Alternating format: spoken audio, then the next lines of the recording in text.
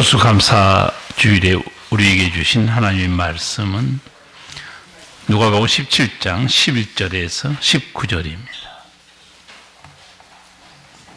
한 목소리로 같이 읽겠습니다. 예수께서 예루살렘으로 가실 때 사마리아와 갈릴리 사이로 지나가시다가 한 촌에 들어가시니 문둥병자 10명이 예수를 만나 멀리 서서 소리를 높여 가로되 예수 선생님이여 긍휼히 여기소서 하거늘 보시고 가라사대 가서 제사장들에게 너희 몸을 보이라 하셨더니 저희가 가다가 깨끗함을 받은지라. 그 중에 하나가 자기의 나은 것을 보고 큰 소리로 하나님께 영광을 돌리며 예수의 발 아래 엎드리어 살해하니 예수께서 대답하여 가라사대 10사람이 다 깨끗함을 받지 아니하였느냐? 그 9은 어디 있느냐? 이 이방인 외에는 하나님께 영광을 돌리려 돌아온 자가 없느냐 하시고 그에게 이르시되 일어나 가라. 네 믿음이 너를 구원하였느니라 하시더라. 아멘.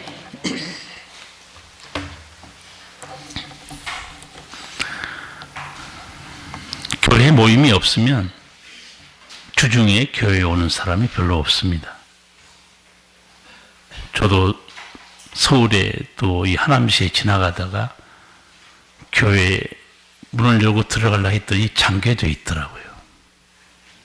뭐 올 사람이 없기도 하고 또 문제가 있으니까 잠그는 것 같아요. 근데 한 성도가 주중에 예배당을 찾아왔는데 마침 담임 목사님이 그 성도를 봤어요. 집사님 무슨 일로 교회로 오십니까? 네, 목사님 병원에서 퇴원하는 길입니다. 하나님께서 다시 생명을 살려주시는데 그냥 집으로 갈 수가 없어서 먼저 하나님 앞에 감사드리고 가려고 들렸습니다. 여러분도 이런 경험 있습니까? 병원에서 퇴원하면서 집으로 가지 않고 아버지 앞에 나와서 엎드려 기도한 그런 성도들이 있습니다. 이제 내 생명이 끝나는구나 하는 죽음의 문턱에서 이 성도는 어떤 기도를 드렸을까요? 그리고 고침받고 퇴원하는 성도 또 어떤 기도를 드렸을까요? 건강했을 때 드리는 기도와 병들 때 그리고 죽음 앞에 드리는 기도가 같을 수는 없을 거예요. 모르긴 해도 병원에서 치료받고 생명 얻은 이 성도 앞으로 거칠의 기도, 거칠의 신앙생활은 안 할 것 같아요. 죽었다 살아났거든요. 여러분 거칠의 기도하십니까? 거칠의 신앙생활 하십니까? 지난주 저희 교회에 후원하고 있는 탈북자 교회 하나로 드림 교회 성도들이 저희와 함께 예배 드렸습니다. 그리고 저한테 목사님 우리가 특송하고 싶어요. 하시라고. 무슨 찬송을 부를 건데요? 은혜를 부를 거예요. 내가 누려왔던 모든 것들이, 내가 지나왔던 모든 시간이, 내가 걸어왔던 모든 순간이 당연한 것이 아니라 은혜였어. 모든 것이 은혜, 은혜, 한없는 은혜. 우리 교회 찬양돼서 이거 찬양하면서 성도들 또 눈물 흘린 거 봤어요. 여러분 저런 게 보셨죠? 탈북자 성도들이 눈물 흘리면서 찬양한 걸. 저는 이 찬양을 들으면서 여러 가지 장면이 스쳐 지나갔어요. 비록 탈북자는 아니지만 그 무서운 밤에 그 추운 살을 내는 추위에 두만강을 건너는 그 두려운 장면들. 중국에 가서 방황하고 다시 북송되지 않을까, 잡히면.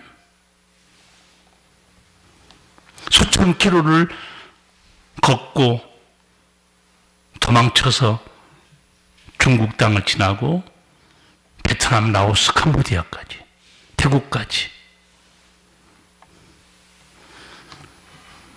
저도 그런 모습들이 떠오르면 눈물이 나는데 탈북한 성도들이 어찌 눈물이 안 나겠어요. 은혜였어. 내가 누려왔던 모든 것들이, 내가 지나왔던 모든 시간이, 내가 걸어왔던 모든 순간이 다 아버지의 은혜였습니다. 어찌 이런 눈물 없이 찬송을 부르겠습니까? 남한 땅에서 살만한 여러분, 제가 여러분에게 기도에 대해서 가끔 강조하고 있어요. 밥 먹을 때 3번만 기도한 게 그게 기도겠습니까? 그래가지고 어떻게 세상을 이깁니까? 어떻게 내 분노를 이기고 내 욕망을 이기겠습니까? 그냥 혈기가 나오고 싸우고 난리쳐버린 거예요. 기도하지 않는 것 때문에 그렇습니다. 성자의 귀한 몸 찬양 여러분 아시죠? 성자의 귀한 몸 날 위하여 버리신 그 사랑 고마워라. 내 머리 숙여서 주님께 비는 말 나 무엇 주님께 바치리까. 4절 만 가지 은혜를 받았으니 내 평생 슬프나 즐거우나 이 몸을 온전히 주님께 바쳐서 주님만 위하여 늘 살겠네. 여러분, 오늘 추수감사절에 내가 만 가지 은혜를 받은 것 같습니까? 찬송을 불러야 은혜를 다시 생각합니다. 말씀을 봐야 다시 은혜를 기억하는 거예요. 찬송도 안 부르고 기도도 안 하는데 말씀만 안 부르는데 무슨 은혜를 다시 상기시키겠습니까? 만 가지 은혜를 받았으니 찬송 부르잖아요. 은혜가 기억납니다. 아, 내가 은혜 받는 게 너무 많구나. 세상에 시달리다 보니까 믿음도 약해지고 힘이 빠진 한 아들이 어느 날 어머니와 통화하는데 어머니 전화기 소리에서 찬송이 나온 거예요. 만 가지 은혜를 받았으니.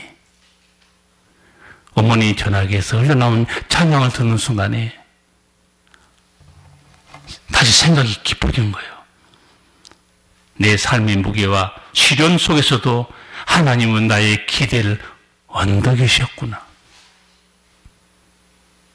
그리고 이미 나는 만 가지 은혜의 시간 속에서 걸어가고 있었는데 몰랐네. 깨달은 거예요. 깨달음이 없으면 감사도 없습니다. 오늘 하루, 하나님 내가 은혜 속에 삽니다. 아니면 지난 한 달, 올해 1년 정말 은혜 속에 살았습니다. 안 보일 수 있어요. 분명히 저는 여러분에게 설명드린 적이 있습니다. 10년을 되돌아보십시오. 하나님의 인도하심이 선명하게 보입니다. 한번 되돌아보시라고요. 10년을 되돌아보면 어떻게 하나님께서 나를 지키시고 살렸는지, 찬양하지 않는 자 은혜를 알겠습니까? 기도하지 않는 자 뭐를 깨닫겠습니까? 말씀을 듣지 않는 자 무슨 은혜의 깊이를 알겠습니까? 찬송과 뒤에도 중요해요. 내 평생 슬프나 즐거우나 이 몸을 온전히 주님께 바쳐서 주님만 위하여 늘 살겠네. 성도는 받은 은혜만 감사한 사람이 아니에요. 주님 위해서 사는 거예요. 나를 십자가에 못 박고 내 뜻을 내려놓고 내가 주님을 위해 살아야지. 이게 4글자로 알려드릴게. 염치 있는 신앙이에요. 사람이 염치가 좀 있어야 돼요. 성도 중에서도요, 자기 식구밖에 모르는 사람이 있어요. 옆에 안 쳐다봐요. 쳐다봐야 돼, 옆에도. 오늘 말씀 보면 청벌 같은 문둥병에서 고침받은 사건이 기록되어 있어요. 여러분, 내용을 같이 읽었습니다. 문둥병자 10명이 예수님 보고 소리 지르는 장면이 나오죠. 우리나라도 격리된 그런 섬이 있었죠. 나환자들만 사는 곳, 소록도. 참 어렵고 비참하고 낙심되게 얼마나 큰 고통의 질병이었습니다. 생계도 어려웠을 것 같아요. 무엇을 먹고 살까요? 그런데 그들에게 놀라운 구원의 기회가 왔습니다. 자기들이 살고 있는 그 근처에 예수님이 지나간다는 소식을 들은 겁니다. 우리 마을로 예수님이 지나가신대. 소리를 지를 수밖에 없죠. 13절 보면 소리를 높여 가려되 예수 선생님이여 우리를 긍휼히 여기소서. 여러분 같으면 기도 안 하겠습니까? 여러분 같으면 부르짖지 않겠어요? 예수 선생이요. 사람이 안 믿어도 사람이 죽게 생기면 똑같이 찾는 이름이 있어요. 아이고 하나님. 안 믿어도 찾아요. 아이고 하나님. 우리를 긍휼히 여기소서. 여러분, 몸이 아프다고 아무나 붙잡고 병 고쳐달라고 합니까? 문둥병자가 아무나 붙들고 내 병 좀 고쳐주세요 말하는 게 아니에요. 누구에게 소리 지르는 거예요? 예수님에게. 그러면 이들은 예수님이 누군지 알고 있다는 겁니다. 예수 선생이여 우리를 불쌍히 여기소서.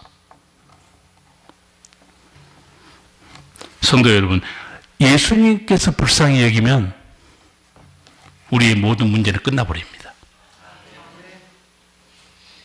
해결받지 못할 문제가 없어요. 예수님은 그리스도입니다. 그리스도가 어떤 분이에요? 마음의 상한 자를 고쳐주시고 눌린 자를 자유케 해주시고 포로된 자를 풀어주신 분. 이 문둥이 이들 사람은 예수님이 누군지 알고 있는 거예요. 그래서 불쌍히 여겨달라고 그래요. 예수님이 불쌍히 여기면 그곳에 놀라운 은총이 임합니다. 하나만 예를 들면 누가복음 7장 11절을 보면 과부의 아들이 죽어서 장례 치르는 내용이 나와 있어요. 예수님이 그 나인성으로 전도하러 들어가시다가 이 장례 행렬과 마주쳤습니다. 장례 행렬은 죽음의 행렬이고 예수님의 행렬은 생명의 행렬입니다. 마주쳤죠. 아마 이 과부는 아들 하나 믿고 살다가 죽었으니 살 기력은 없을 거예요.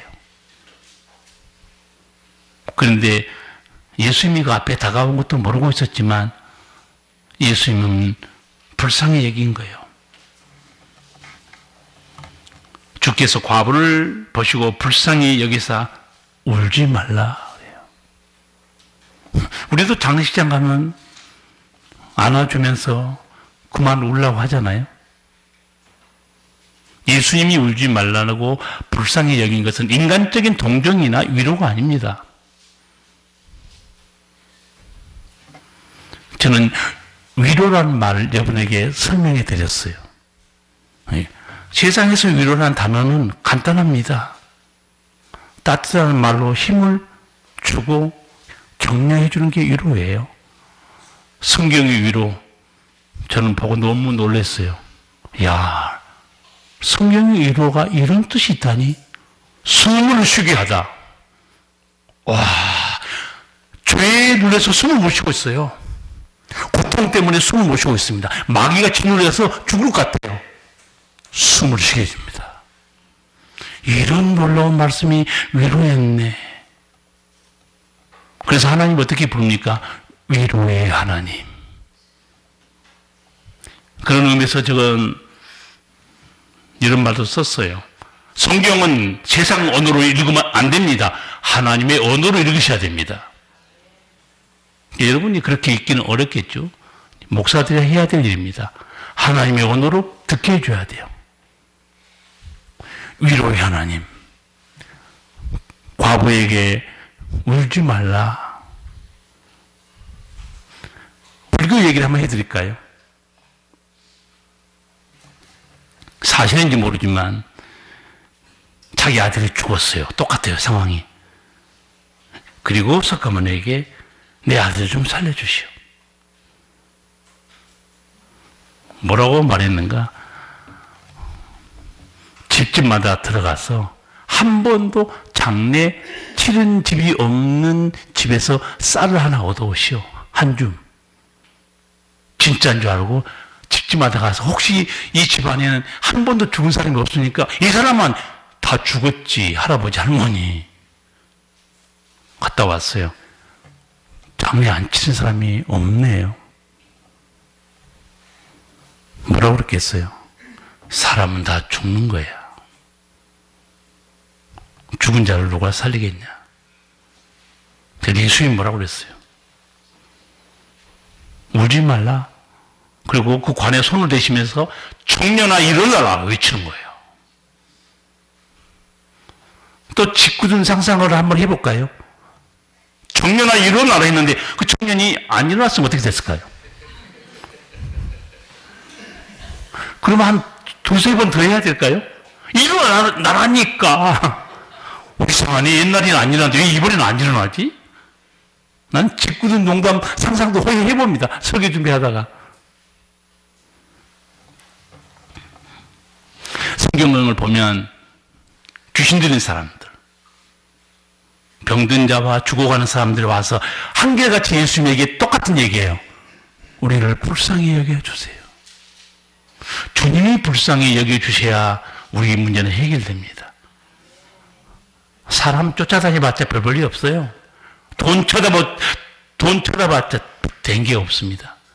제가 그래서 그런 말씀도 들은 기억이 나는데, 내 인생에 극심한 혼란과 풍파가 있을 때 내 가진 것 아무 힘이 안 돼요. 내가 뭐 배웠고 능력이 있다? 어림도 없습니다. 손톱만큼도 도움이 안 됩니다. 환난 날에 나를 부르라. 누가 말씀하신 거예요? 우리 아버지 하나님이 환난 날에 나를 부르라. 내가 너를 건지겠고 내가 나를 영화롭게 하리라. 여러분, 환난 중에만 주님을 부르지 마시고 평안할 때도 감사의 기도를 들으시기 바랍니다. 예수님께서 열문둥 병자들의 안타까운 예침을 들으시고 말씀하셨어요. 14절 같이 읽겠습니다. 보시고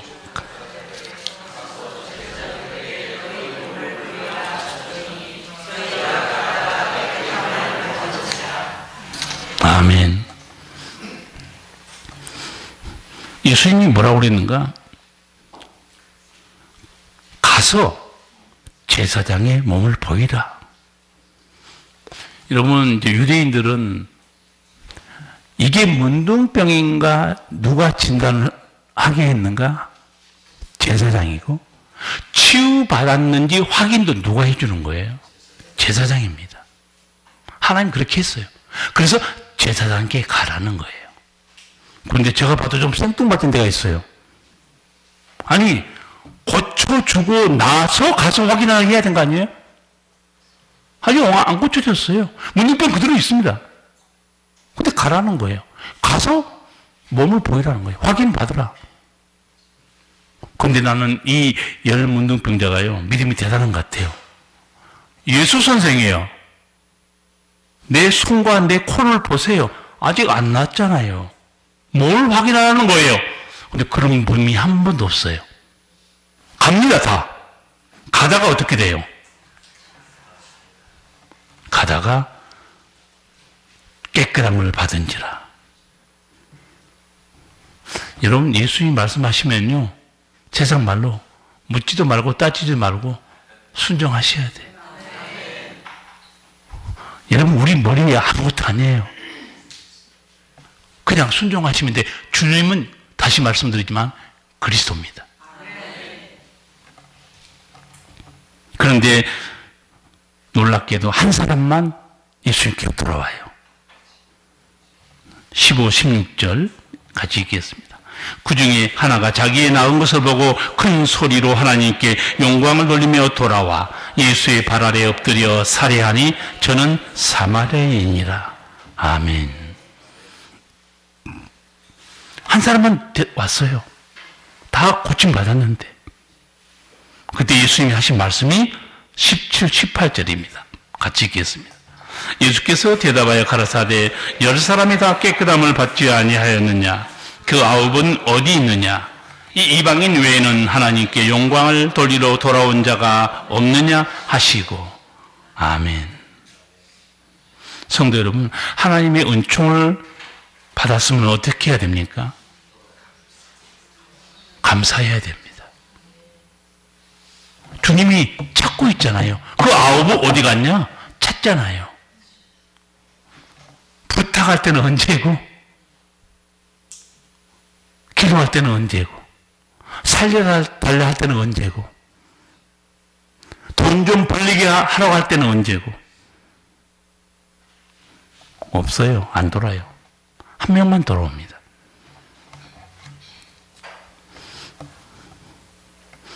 열 사람이 다 깨끗함을 받지 아니하였느냐? 그 9은 어디 있느냐? 그 예수님이 그 사마리아인에게 복된 말씀을 해줍니다. 19절 말씀이에요. 그에게 이르시되 일어나 가라. 네 믿음이 너를 구원하였느니라 하시더라. 아멘. 이 사마리아 사람은요, 몸만 치유받은 거 아니에요. 다시 예수님께 돌아왔어요. 아, 저분이 그리스도. 그리스도를 믿는 자는 어떻게 될까요? 영생 얻는 거죠. 그리스도를 믿어야 영생 얻습니다.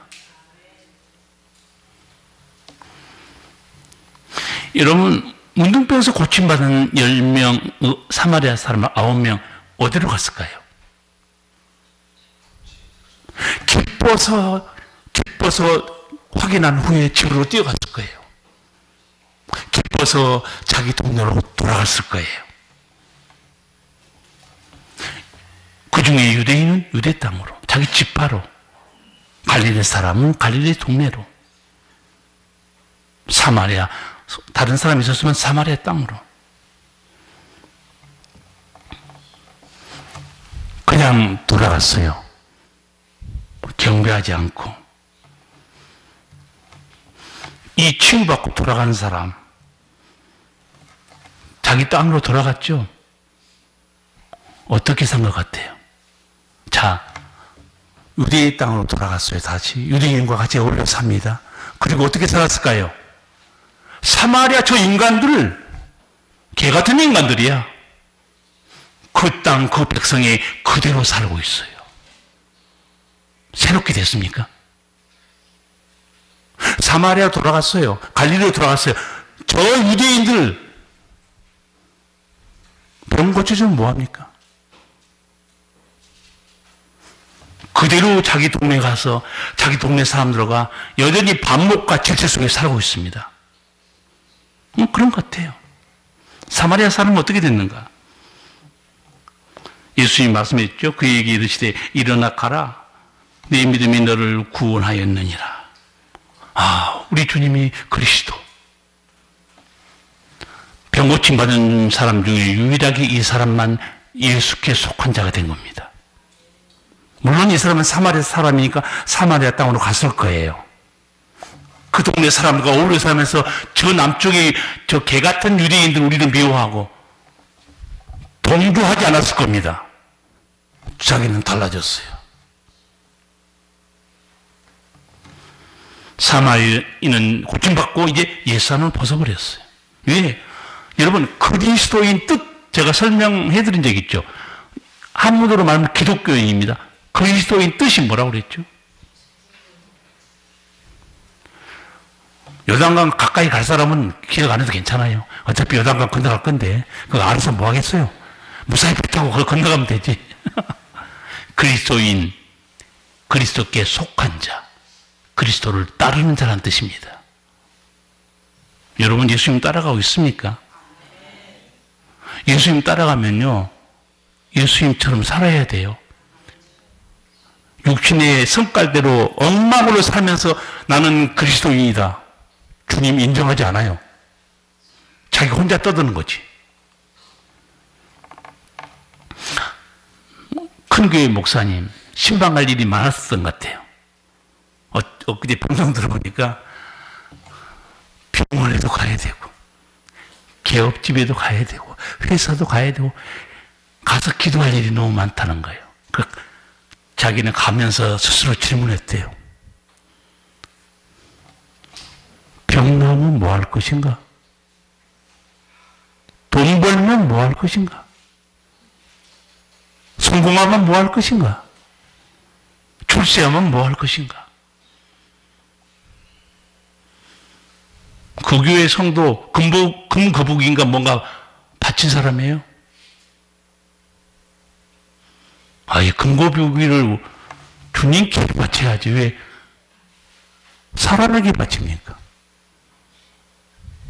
그러니까 목사님이 그런 질문이 나왔던 건 일리가 있어요.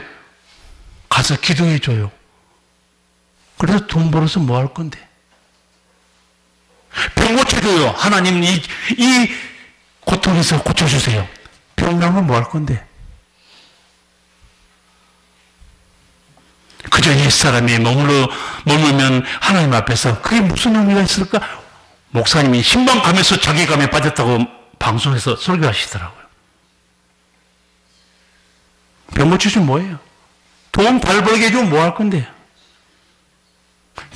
아까 말한 대로 그 9명 중 9명들 예수님이 병을 고쳐줬어요. 여전히 자기 집으로 돌아가고 그 땅에 사람들 섞여서 살면서 저 사마리아 같은 놈들 하면서 욕조를 하고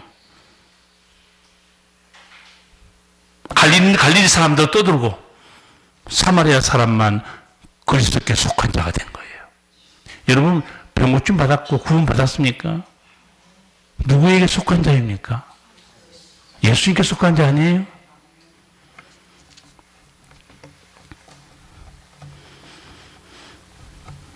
예수님께 속한 자가 되지 못하고 새로운 피조물도 되지 못하고 치유도 받았고 재물도 얻었으면 행복하겠죠? 그러나 죄 가운데 살다 죽을 겁니다. 그렇잖아요? 돈 벌리고 병 고친 게 우리한테는 너무 절박하죠. 그러나 주님 앞에는 가장 절박한 것은 죄에서 구원받는 거예요. 새로운 피조물로 사는 거예요. 그리스도의 향기가 되는 거예요. 추수감사절이니까 한마디 할게요. 하나님이 모세에게 명령합니다. 절기에 대해서. 신명기 28장 2절. 이스라엘 자손에게 명하여 그들에게 이르라. 나의 예물, 나의 식물 되는 화제, 나의 향기로운 것은 너희가 그 정한 시기에 삼가 내게 드릴지니라. 예물을 가져오라고 그래요, 하나님께서. 하나님이 빈손으로 오지 말라고 그래요.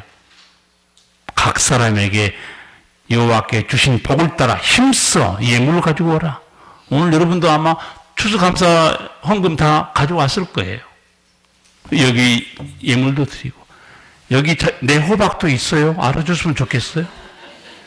나는 딱 호박을 매년 2개 심은데 올해 하나가 돌아가셨어요. 범인이 누군가 했더니 장로님 같아요.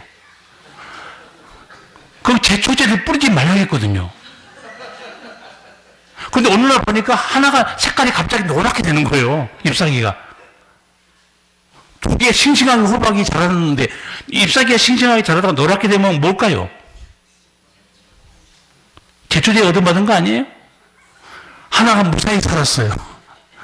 그래서 거기서 한 호박이 10대 개 다 맺혔어요. 내가 집사람한테 따지 마시오. 아버지께 드릴 겁니다. 한 7, 8개 따다 놨고, 여기 내가 키운 거 있어요. 하도 안 가져오니까 장로님이 카톡에도 올렸더라고. 내일 모레가 추수감사절인데 아무런 과일도 곡식도 없습니다. 빨리 가져오세요. 하나님 이렇게 말해요.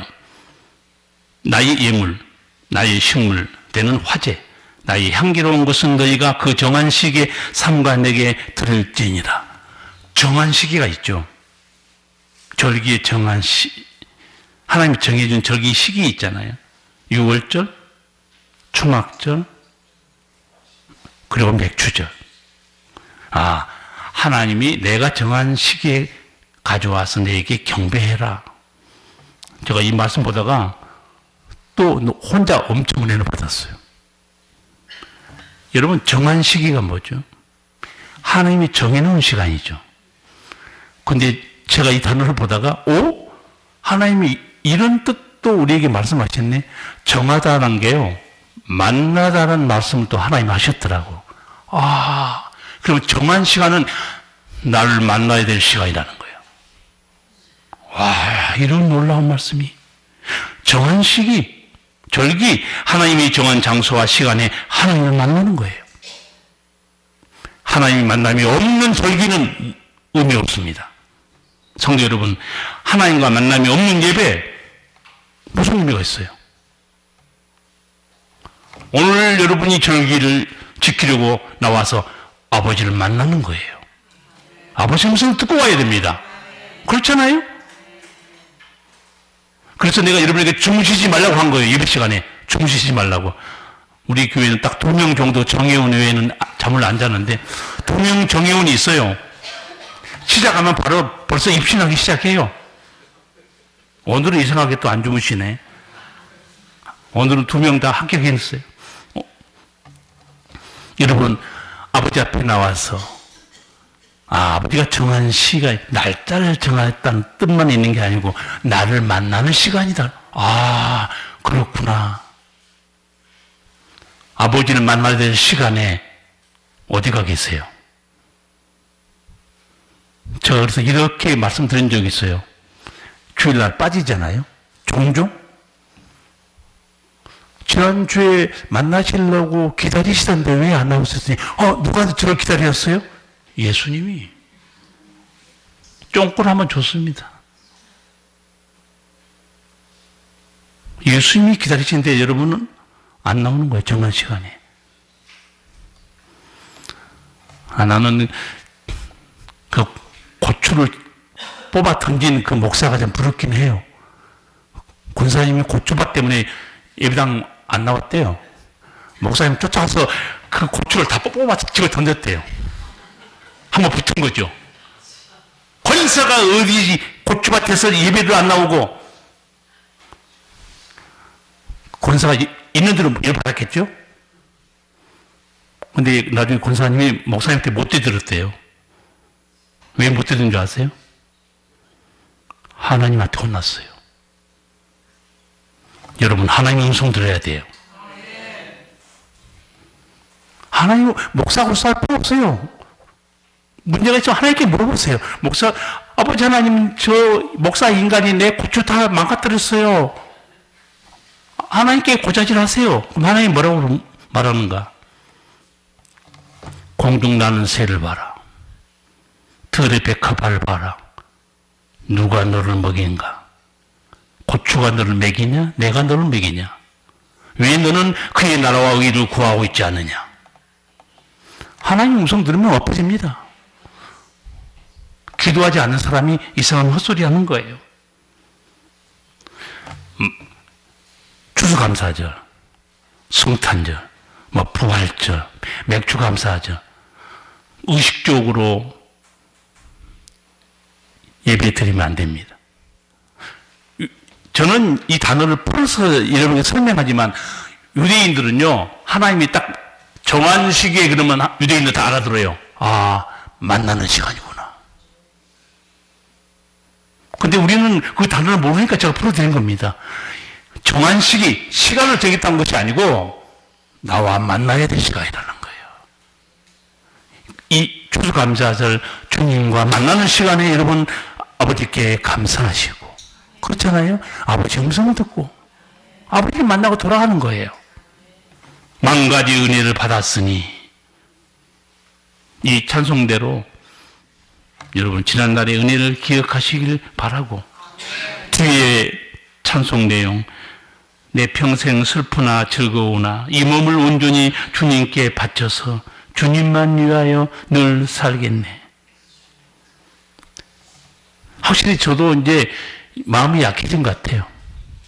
좀 있으면 떠난다고 생각해서 그런지 자꾸 걱정이 앞서는 거예요.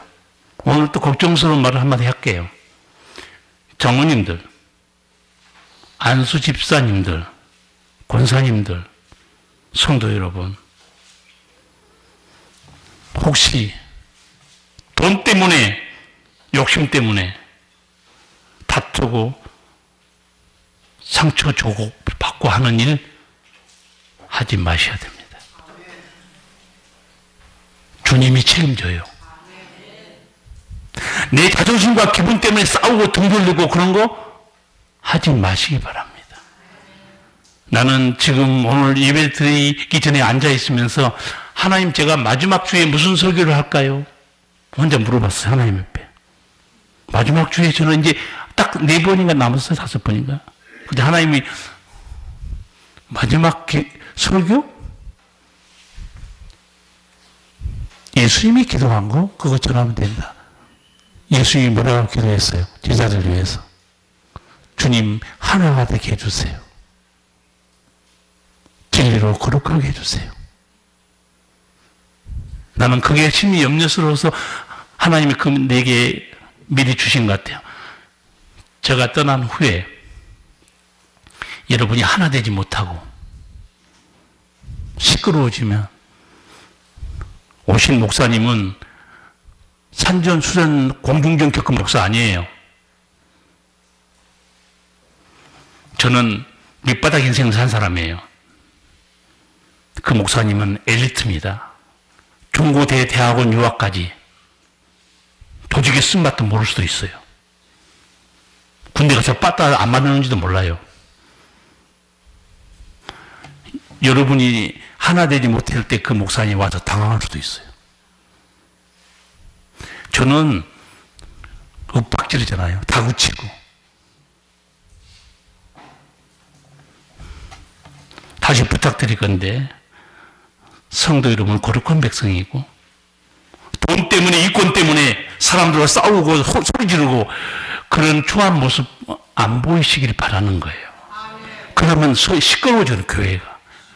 자존심 때문에 싸우고 등 돌리고 안 보고, 그럼 하나가 안 되잖아요. 주님은 마지막 기도가 그거였는데, 아버지여, 내가 제자들을 세상에 데려가기 위해서 기도한 거 아닙니다. 저들을 하나가 되게 해주세요. 진리로 거룩하게 해주세요.